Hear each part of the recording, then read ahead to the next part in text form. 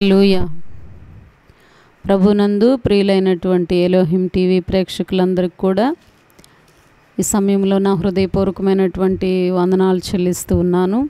దేవుని వాక్యాన్ని ధ్యానం చేసుకునే ముందు చిన్న ప్రార్థన చేసుకుందాం. జీవాధిపతి మీ కొందనాలు స్తోత్రాలు ప్రభువా. మరి ఒక సమయాన్ని నాయన మీ ప్రజలతో మీ మాటలు ముచ్చటించడానికి, మీ ఉద్దేశాన్ని తెలియపరచడానికి ప్రభువా మీరిచ్చిన ఈ తరుణాన్ని బట్టి మీకు స్తోత్రాలు. నమ్మకమైన మా దేవా మీకు స్తోత్రాలు. మీ మాట వినుచుండగా అయా మనుషుల్లో జీవాన్ని కలుగునట్లుగా సహాయం చేయండి ప్రభువా. మీ ఆత్మ కార్యములు జరిగించమని ప్రార్థిస్తూ ఉన్నాం. మీ వాక్యం వినుటతోడనే వెలుగు కలిగింది నాయన. అయ్యా నాయన మనుషుల్లో ప్రభు అది నాయన అయ్యా ఎముకల మట్టుకు, మూలుగుల మట్టుకు, ఆలోచనల మట్టుకు దూరుచు కార్యము చేయగలిగిన శక్తి కలిగిన మీ మాట బయలు వెడలుచుండగా నిష్ప్రయోజనముగా ఉండక ప్రభువా. అయ్యా మీ కృపలో నాయన మీ మాటను బట్టి ప్రతి ఒక్కరు సంధించబడటానికి సహాయం చేయండి. మీ ఆత్మ కార్యములు జరిగించండి అయ్యా. రక్షణ లేని వారికి రక్షణ దయచేయండి అయ్యా. విడుదల లేని వారికి విడుదల దయచేయండి అయ్యా. అయ్యా మీ భయముతో నింపండి ప్రభువా. మీ భయముతో ఆవరించండి నాయన. సహాయము చేయండి ప్రభువా. మీ ఆత్మ సహాయమును మాకు అనుగ్రహించమని, మీ ఆత్మలో నాయన ప్రతి ఒక్కరిని కూడా స్వాధీనపరచమని యేసయ్య నామమున అడుగుచున్నాము తండ్రి. ఆమేన్, ఆమేన్. ప్రియులారా, దేవుని వాక్యాన్ని ధ్యానం చేసుకుందాం. కీర్తన గ్రంథం 119వ అధ్యాయము 38వ వచనాన్ని చదువుకుందాం. కీర్తన 119:38వ వచనం. నీవిచ్చిన వాక్యము మనుష్యులలో నీ భయమును పుట్టించుచున్నది. చాలండి ప్రియులారా, దేవుని వాక్యం అంట మనుషుల్లో భయాన్ని కలిగిస్తుందంటండి. ఈ దైవ భయం అనేది దేవుని మాట ఇర్మియా గ్రంథము 10వ అధ్యాయము 7వ వచనాన్ని మనం చూసినట్లయితే, ఇర్మియా గ్రంథము 10వ అధ్యాయము 7వ వచనంలో దేవుని యొక్క మాటను, దేవుని యొక్క భయము మనుషుల్లో కలిగి ఉండాలని ప్రార్థన చేస్తున్నాడు ఇర్మియా భక్తుడు. జనముల రాజా, నీకు భయపడని వాడెవడు? జనముల జ్ఞానులందరిలోనూ వారి రాజ్యములన్నిటిలోనూ నీ వంటి వాడు లేడు గనుక నరులు నీకు భయపడుట అనుగుణ్యము. దేవునికి స్తోత్రం కలుగునుగాక. పిల్లలు, పెద్దలు, ప్రతి ఒక్కరు, జనముల్లో ఉన్న ప్రతి ఒక్కరు కూడా దేవునికి భయపడాలంటండి. దేవుని వాక్యానికి భయపడాలి, దేవుని యొక్క మాటకు భయపడాలి. ఎందుకంటే ఆయన వంటి వారు జనములలో ఎవ్వరూ లేరండి. ఆయన ఉన్నతమైనటువంటి దేవుడుగా ఉన్నాడు. జనముల జ్ఞానులందరిలో, రాజ్యములన్నిటిలో కూడా ఆయన వంటి వారు ఎవ్వరూ లేరంట. అందుకనే దేవునికి భయపడినటువంటి భక్తుల జీవితాల్లో మనం చూస్తే దావీదు భక్తుడు ఇస్తున్న సాక్ష్యం ఏంటంటే, ఆయన ఇచ్చిన వాక్యాన్ని బట్టి జనములకు భయము కలుగుతుందని అంటున్నాడు. ప్రియులారా, నీవిచ్చిన వాక్యం మనుషుల హృదయాల్లో భయాన్ని పుట్టిస్తుంది. దేవుని మాటకు భయపడాలి, దేవుని యొక్క సన్నిధిలో భయపడాలి. భయపడుట అనుగుణ్యము. తప్పనిసరిగా భయపడాలి, లోబడాలి. ప్రియులారా, సాష్టాంగ నమస్కారం చేశారు భక్తులు. దేవునికి వారి జీవితాల్లో ఏ విధంగా భయపడ్డారో కొన్ని వచనాలు ఆదికాండము మనం గమనిస్తే 22వ అధ్యాయము 12వ వచనంలో దేవుడిస్తున్న సాక్ష్యం ఏంటంటే, అబ్రహాం గారిని గురించి, ఒక్కగానొక్కడై ఉన్నటువంటి నీ కుమారుని బలి ఇచ్చుట ద్వారా ఇందును బట్టి నీవు నాకు భయపడుచున్నావని తెలుస్తుంది అంటాడు. దేవునికి స్తోత్రం కలుగునుగాక. ఎంతగా భయపడ్డాడంటే ప్రియులారా, దేవుణ్ణి సన్మానించాడు, అక్కడ దేవుని మాటను గౌరవించాడు. ఇంకా దేవుని మాట తప్ప నాకు ఏది కూడా ప్రాముఖ్యమైనది కాదు, ఒక్కగానొక్క కుమారుడు ప్రాముఖ్యం కాదు, నాకున్నటువంటి పరిస్థితులు ఏవి కూడా ప్రాముఖ్యం కాదు అని చెప్పి ప్రియులారా, లేక పుట్టినటువంటి ఆ కుమారుణ్ణి దేవుని మాటను బట్టి, దేవుడు అడిగిన దాన్ని బట్టి బలి ఇవ్వటానికి వెనుక తీయలేదంటండి. అప్పుడు ప్రభు ఇస్తున్న సాక్ష్యం ఏంటంటే, నీకు నా పట్ల ఎలాంటి భయం ఉందంటే, నీ బిడ్డను అడిగినప్పుడు వెనువెంటనే నా మాటకు భయపడి ఈ కార్యం జరిగించావు కాబట్టి, ఇందును బట్టి నేను నిన్ను చూసినప్పుడు నీ కుమారుని అడిగినప్పుడు ఇచ్చుట ద్వారా నీవు నాకు భయపడుచున్నావని నాకు తెలిసింది అంటాడు. ఇది నా దేవుని సన్నిధికి వెళ్ళే మనం, దేవుని కలిగి ఉన్న మనం ఏ రీతిగా దేవునికి భయపడుతున్నామని దేవుడు చూసినప్పుడు ఆయనకు అర్థమవుతుంది. చెప్పండి, జనములకు రాజా నీకు భయపడని వాడెవడు? జనముల రాజ్యములన్నిటిలో జ్ఞానులైన వారు, లేకపోతే సకల రాజ్యములో ఉన్న ప్రజల వారందరిలో కూడా నీ వంటి వాడు ఎవ్వరు లేరు. కాబట్టి నీకు ప్రతి ఒక్కరు కూడా భయపడాల్సిందే. దినాన్ని చాలామందికి భక్తి ఉంటుంది కానీ భయము లేదండి. అందుకే దేవుని భయం మనుషులు కలిగి ఉండాలి. ఇదిన మన భాగం ఏంటంటే దేవుని యొక్క భయము ప్రియులారా, దేవునికి భయపడటం. అబ్రహాము తన జీవితకాలం అంతా కూడా ప్రియులారా ప్రతి విషయంలో దేవుడు ఏం చెప్తే దానికి చేయటానికి భయపడుతూ దేవుని మాటకు ప్రియులారా విలువనిస్తూ గౌరవిస్తూ గౌరవంతో కూడిన భక్తి చేశాడు, భయపడ్డాడండి.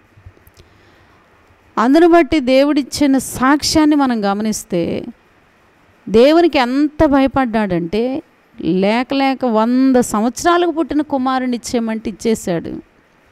ప్రభు అంటున్నాడు, ఇందును బట్టి నీవు నాకు భయపడుచున్నావని నాకు తెలుస్తుంది, నేను ఎరిగి ఉన్నాను అన్నాడు. కాబట్టి ప్రియులారా, కీర్తన గ్రంథము 4వ అధ్యాయము 4వ వచనంలో చాలామంది దేవుని భయం లేకే, దేవునికి భయపడకే, దేవుని యొక్క భయము వారి కన్నుల ఎదుట ఉంచుకొనకే పాపం చేస్తున్నారని సెలవిస్తూ ఉంది. దేవుని భయము కలిగి పాపము చేయకుడి అని అంటాడు. అక్కడ ఏమనుందంటే భయమునుంది పాపము చేయకుడి. దేవుని భయం ఎవరిలో ఉండదో ప్రియులారా, వాళ్ళు సులువుగా దేవునికి విరోధమైన కార్యాలు చేస్తూ ఉంటారు. దేవుని భయం లేకే, భక్తి లేకే వారు చెడిపోయిన వారు, భక్తిహీనులంట, అసహ్యమైన కార్యాలు చేస్తారంట. దేవుడు లేడను చెప్పుకుంటూ దేవుడు లేడు, ఏమి లేడు, దేవుడు చూడలేదు అనుకుంటున్నారంట. 73వ కీర్తనలో భక్తుడైన ఆసాపు రాస్తూ అంటాడు, మహోన్నతునికి తెలివి ఉన్నదా అని భక్తిహీనులు అనుకుంటున్నారంటండి. మేము ఏం చేసేది కూడా ఆయనకు కనపడదు అని అనుకుంటున్నారంట. అయ్యో, ఎంత భయంకరమైనటువంటి భ్రమలో వారు ఉన్నారు చూడండి ప్రియులారా. దేవునికి తెలియలేదు, దేవుడు చూడడు, దేవుడు ఏమీ చేయడు అని చెప్పుకుని చాలామంది భయము విడిచి దేవునిని లక్ష్య పెట్టకుండా నిస్సందేహంగా వారి మార్గాల్లో ఇష్టానుసారంగా సంచరిస్తూ కొనసాగుతూ ఉన్నారు ప్రియులారా. భయపడాలి, దేవునికి భయపడటం అనుగుణ్యము అని వాక్యం సెలవిస్తుంది ప్రియులారా. ఎందుకంటే ఆయన వంటి దేవుడు లేడు. ఆయన మన సృష్టికర్త అండి, మన నిర్మాణకుడు, మన పోషకుడు, మన జీవప్రదాత, జీవప్రాప్తులుగా మనల్ని కలగజేసిన వాడు ఆయన మాత్రమే ప్రియులారా, ఆయన మాత్రమే. ఆయన బట్టే మనం చెలించుచున్నాం, మనం బ్రతుకుచున్నాం, జీవాన్ని కలిగి ఉన్నాం. ఈ సంగతి చాలామంది ప్రియులారా భయము విడిచి పాపం చేస్తున్నారంటాడు. కాబట్టి దేవుని భయం లేకుండా ఉండి పాపం చేస్తున్నారు కాబట్టి భయము నొంది పాపము చేయకూడని కీర్తన 4:4లో చెప్తున్నాడు. 24వ అధ్యాయము 4వ వచనంలో భయము నొంది పాపం చేయకుండా బ్రతకాలి. దేవుని భయం హృదయంలో ఉంటేనే, కడుపులో దేవుని భయం ఉంటేనే ప్రియులారా, దేవుని యొక్క వాక్యం హృదయంలో ఉంటేనే, దేవోక్తి లేకపోతే, దేవుని మాట లేకపోతే, దేవుని పట్ల భయం లేకపోతే జనులు అంటండి కట్టు విడిచి తిరుగుతున్నారంటండి. ఈ దినాన ఇన్ని ఘోరాలు, ఇన్ని నేరాలు ఎందుకు జరుగుతున్నాయి అంటే దేవుని భయము వారి కడుపులో లేకపోవటాన్ని బట్టేనండి. భక్తి ఉంటుందండి, భక్తి వలన ఏ విధమైనటువంటి పరివర్తన ఉండదు, ఏ విధమైనటువంటి ప్రియులారా సత్ప్రవర్తన కలగదు. భయపడాలండి దేవునికి. దేవుని భయాన్ని బట్టే అబ్రహాము గారు దేవుడు చెప్పిన మాటను చెప్పినట్టుగా చేశాడండి. అలాగే యేసేపు విషయంలో కూడా మనం గమనిస్తే ఇంత ఘోరమైనటువంటి దుష్కార్యము దేవునికి విరోధంగా నేను ఎలాగూ చేయగలను అని దేవునికి భయపడ్డాడు. అర్థమవుతుందండి.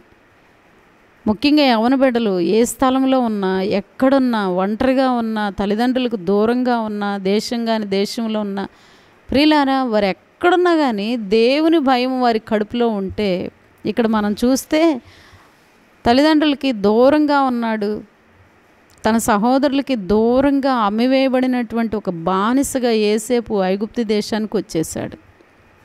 అక్కడ దేవుడు కలగజేసుకుని అతనికి తోడయ్యుండి అతను చేసిందంతా కూడా ఆశీర్వదించి ఒక ఉన్నతమైనటువంటి గృహ నిర్వాహకత్వాన్ని దేవుడు అక్కడ ఐగుప్తు దేశంలో, పరాయి దేశంలో ఈ బానిసకు అప్పగిస్తే, ప్రియులారా, తను కలిగి ఉన్న స్థానాన్ని బట్టి అతడు ఏ విధంగా కూడా తన జీవితంలో తన సొంత నిర్ణయాలు తీసుకోలేదండి. తనకు ఎదురైనటువంటి ప్రతి శోధనలో కూడా, ప్రతి అవకాశంలో కూడా దేవునికి మాత్రమే భయపడి తప్పించుకున్నాడు. దేవునికి స్తోత్రం కలుగును. ఈ దైవ భయం ఉంటే మానవ జీవితానికి ప్రియులారా అలా భయపడటం అనుగుణ్యము. ఆ భయం ఉన్నప్పుడు ప్రియులారా మనుషులు పవిత్రంగా ఉండగలుగుతారు, కట్టు విడిచి తిరగకుండా ఉండగలుగుతారు, పరిశుద్ధమైన జీవితాన్ని జీవించగలుగుతారు, దేవుని యొక్క ఆశీర్వాదాన్ని పొందుకోగలుగుతారు. దేవుని భయం ఈ దినాన్ని చాలా అవసరమైనది. ఈ అపాయకరమైన దినాల్లో, ఈ ప్రియులారా భయంకరమైనటువంటి దుర్దినాల్లో సాతాను భయంకరంగా విజృంభిస్తున్నటువంటి, తనకున్న సమయం కొంచెమే అని చెప్పి గర్జిస్తూ, తిరుగులాడుతూ, చలరేగుతూ, దేవునికి విరోధంగా అనేకుల్ని ప్రియులారా భ్రష్టత్వంలోనికి వీడ్చుకొని వెళ్ళిపోతున్నటువంటి ఈ దుర్దినాల్లో దేవుని భయం కలిగి ఉండటం అనేది చాలా ప్రాముఖ్యమైన విషయం అండి. దేవుని భయం ఎలా కలుగుతుందండి దేవుని భయం? దేవుని వాక్యంలో మనం చూసినట్లయితే చూడండి, దైవలేఖనంలో చూసినట్లయితే ప్రియులారా, కీర్తన గ్రంథంలో ఒక మాట చదువుకుందాం. దానికి ముందుగా ఒక మాట చదువుకుందాం. చూడండి, కీర్తన గ్రంథము 86వ అధ్యాయం 11వ వచనం. 86వ అధ్యాయము 11 2వ భాగంలో, నీ నామమునకు భయపడినట్లు నాకు ఏక దృష్టి కలగచేయము అని భక్తుడు ప్రార్థన చేస్తున్నాడు.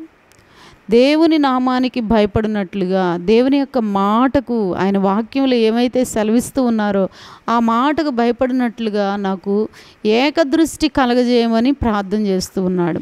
అలా దేవుని మాటనే హృదయంలో ఉంచుకున్నప్పుడు, దేవుని మాటను బట్టే దృష్టి కలిగి మనం ప్రవర్తించినప్పుడు ప్రియులారా, ఆ వాక్యాన్ని బట్టే అనుసరించి నడుచుకున్నప్పుడు, మన జీవితాలను కట్టుకున్నప్పుడు, అప్పుడు దేవుని యొక్క భయము మనుషుని హృదయంలో నుండి తొలగిపోకుండా, ఎక్కడ ఏ పరిస్థితుల్లో కూడా, ఎలాంటి టెంప్టేషన్లో కూడా, ఎలాంటి అపవాది యొక్క శోధనలో కూడా దేవుని కొరకు స్థిరంగా నిలబడగలుగుతాం. అందుకే నెహెమ్యా గ్రంథంలో ఒక మాట చదువుకున్నట్లయితే 5వ అధ్యాయము 15-16 వచనంలో నెహెమ్యా ఇస్తున్న సాక్ష్యం ఏంటంటే, దేవుని భయమును బట్టి తానును తన జనులను ఎవరి మీద భారం మోపలేదు అంటాడండి.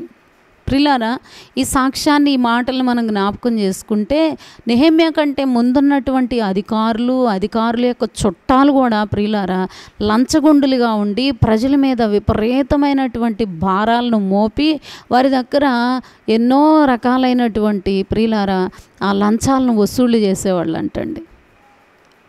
అయితే నెహెమ్యా అంటున్నాడు, దేవుని యొక్క భయాన్ని బట్టి నేను కానీ, నా జనులు కానీ ప్రజల మీద అలాంటి భారాలు మోపలేదు, అలా లంచాలు తీసుకోలేదు, మేము ఎవ్వరి మీద భారం మోపి ఎవరిని కష్టపెట్టలేదు అని సాక్ష్యం ఇస్తున్నాడండి. ఈ దినాన్ని నిజంగా దేవుని భయం హృదయంలో, కడుపులో ఉంటే ప్రియులారా, లంచాలు తీసుకోగలుగుతారా? అన్యాయం చేయగలుగుతారా? అక్రమంగా ఉండగలుగుతారా? బలాత్కారం చేయగలుగుతారా? చెప్పండి. దేవుని భయం లేకే కట్టు విడిచి తిరుగుతున్నారంట జనులు. హృదయంలో ఏకదృష్టి లేదు, దేవునికి భయపడేది లేదు ప్రియులారా. నెహెమ్యా గొప్ప సాక్ష్యం ఇస్తున్నాడండి. దేవుని బట్టి నాకు కలిగిన నా జనులు అలాగూ చేయలేదు అంటున్నాడు. ఈ దినాన ప్రియ దేవుని బిడ్డలారా, ఏ స్థలంలో ఉన్నా, ఏ స్థితిలో ఉన్నా, ఏ స్థాయిలో ఉన్నా దేవుని భయం ఎవరిలో అయితే ఉంటుందో అక్కడ ఎవ్వరు కూడా కట్టు విడిచి తిరగలేరు, దేవునికి వ్యతిరేకమైనటువంటి కార్యాలు చేయలేరు, దేవుని దృష్టికి వ్యతిరేకంగా నడుచుకోలేరు, అవిధేయులుగా అతిక్రమించరు ప్రియులారా. కాబట్టి మనుషులు దేవునికి భయపడుట అనుగుణ్యము. దేవునికి భయపడాలి, తప్పనిసరిగా భయపడాలండి. ఎక్కడైతే దేవుని భయం ఉంటుందో అక్కడ దేశంలో నెమ్మది ఉంటుందండి. ఎక్కడ దేవుని భయం ఉంటుందో అక్కడ క్రమమైనటువంటి జీవితాలు ఉంటాయి. ఎక్కడ దేవుని భయము ఉంటుందో ఆ ప్రాంతంలో, ఆ వ్యక్తిలో, ఆ కుటుంబంలో, ఆ పరిసరాల్లో ప్రియులారా పరిశుద్ధత కనబడుతుంది. దేవునికి స్తోత్రం కలుగునుగాక. దైవలేఖనంలో మనం గమనించినట్లయితే చూడండి, దేవుని మాటను చూసినప్పుడు ప్రియులారా ఆదికాండము 20వ అధ్యాయము 1 నుండి 9 వచనాలు గనక మనం గమనించగలిగినట్లయితే ప్రియులారా అబీమెలెకు సారాను తీసుకుని వెళ్ళిపోయాడు. తీసుకుని వెళ్ళిన తర్వాత అక్కడ దేవుని భయం లేనటువంటి మనుషుల్ని ఆ గెరారులో అబ్రహాము చూశాడంటే. చూడండి, దేవుని భయం లేకే ఈ దినాన బలత్కార్యాలు, దేవుని భయం లేకే ఆడబిడ్డల్ని భయంకరమైనటువంటి హింసించడం ప్రియులారా, యాసిడ్లు పోయటము, వారికి ఇష్టమైనట్టుగా అపవాది కార్యాలు చెలరేగుతూ ఉన్నాయి. దేవుని భయం లేదండి. వారు చేయాలనుకున్నా చేస్తున్నారు, వారికి నచ్చినట్టుగా చేస్తున్నారు. యవ్వన బిడ్డలు ప్రియులారా, వారు నచ్చింది కావాలనుకుంటున్నారు. ఈ అబీమెలెకు కూడా సారమును బలవంతంగా తీసుకుని వెళ్ళిపోయాడు. అలా తీసుకుని వెళ్ళిపోయి ఒక రాత్రంతా ఆయన రాజదర్బార్లో ఉంచుకున్నప్పుడు, రాజమందిరంలో పెట్టేసినప్పుడు ప్రియులారా అబ్రహాం గారు కన్నీటితో ప్రార్థన చేసినప్పుడు దేవుడి అబీమెలెకుతో దర్శనమిచ్చి మాట్లాడి, నీవు తీసుకొని వచ్చినటువంటి ఆ స్త్రీ ఒక ప్రవక్తకు భార్య, నువ్వు ఆమె విషయంలో ఏమైనా తొందరపడితే చచ్చిన వాడవు సుమా అని దేవుడు ఆ రాత్రి భయపెట్టాడండి. దేవునికి స్తోత్రం కలుగునుగాక. తెల్లవారింది, భయపడిపోయాడు అబీమెలెకు. తన రాజదర్బార్లో మంత్రులు మొదలుకొని, ప్రధాని మొదలుకొని ప్రియులారా ఊడ్చేవారిని కూడా అందరినీ కూడా సమావేశపరిచి, నేను తీసుకొచ్చినటువంటి ఈ స్త్రీ విషయంలో దేవుడు రాత్రికాల సమయంలో నాతో మాట్లాడాడు, కాబట్టి ఎవరు ఆమె జోలికి వెళ్ళటానికి వీల్లేదు. వాళ్ళ దేవుడు పోయిన రాత్రికాల సమయంలో నాతో మాట్లాడి గద్దించాడు అని చెప్పి అబ్రహాం గారిని పిలిచి, నువ్వు చేసిన పనేంటి, ఈ స్త్రీ నీకు భార్య అని ఎందుకు చెప్పలేదు అని అంటే, అప్పుడు అబ్రహాం గారు సాక్ష్యం ఇస్తున్నాడు. చెప్తున్న మాట ఏంటంటే, ఈ స్థలమందు దేవుని భయం లేదు, ఆమెను బట్టి నన్ను ఎక్కడ చంపేస్తారని చెప్పి నేను చెల్లని చెప్పాను అని అంటున్నాడు.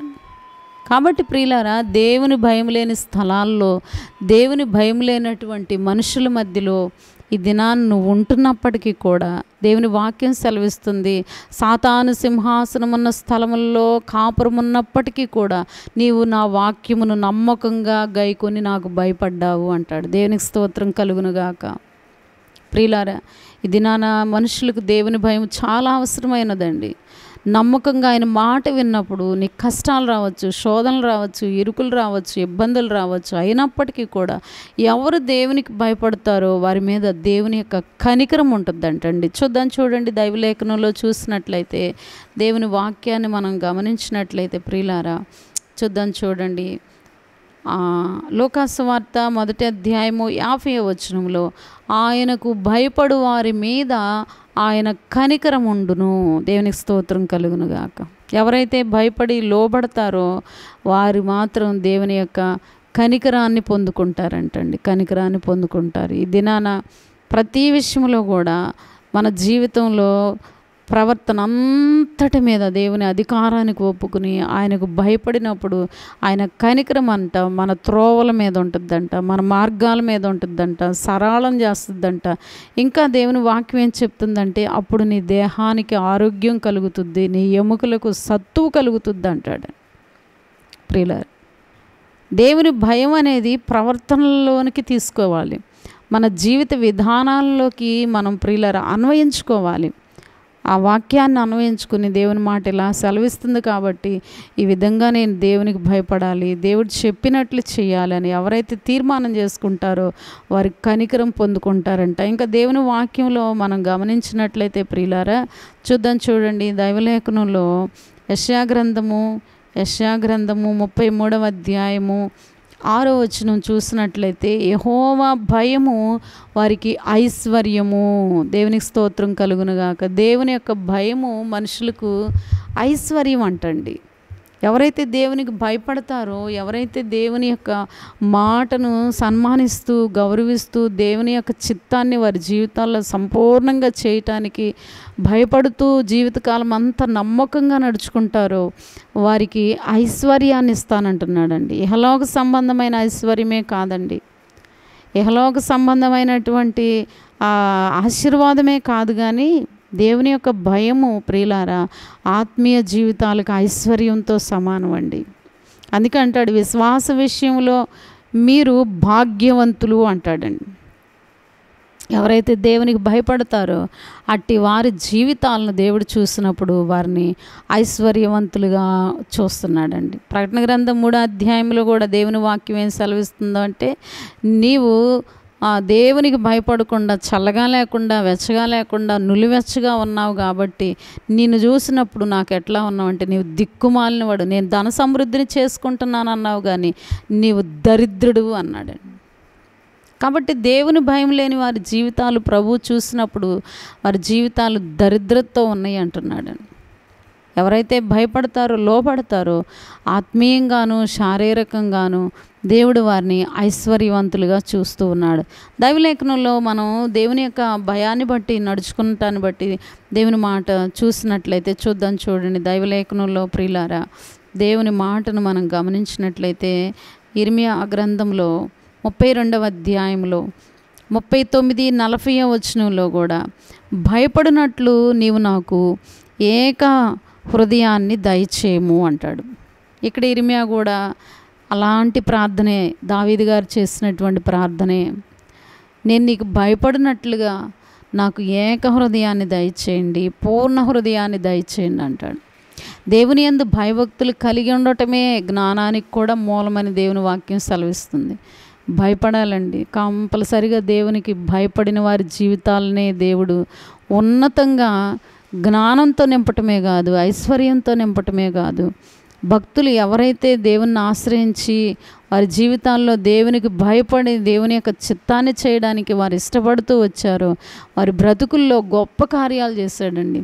దావీదు కూడా దేవునికి భయపడి ప్రియులారా సౌలు విషయంలో ఏమాత్రం కూడా తొందరపడకుండా అభిషేకించిన వారిని ముట్టకూడదని చెప్పి తరిమినప్పటికీ దేశంలో నిలవనీయకుండా కొండల్లో లోయల్లో ప్రియులారా దేవుని సన్నిధికి దేశానికి ప్రజలకు అందరికీ కూడా కుటుంబానికి దూరంగా తరిమేసినప్పటికీ కూడా దేవునికి భయపడుతూ వచ్చిన దావీదును దేవుడు అంతకంతకు వర్ధిల్ల చేశాడు అని వాక్యం సెలవిస్తూ ఉంది.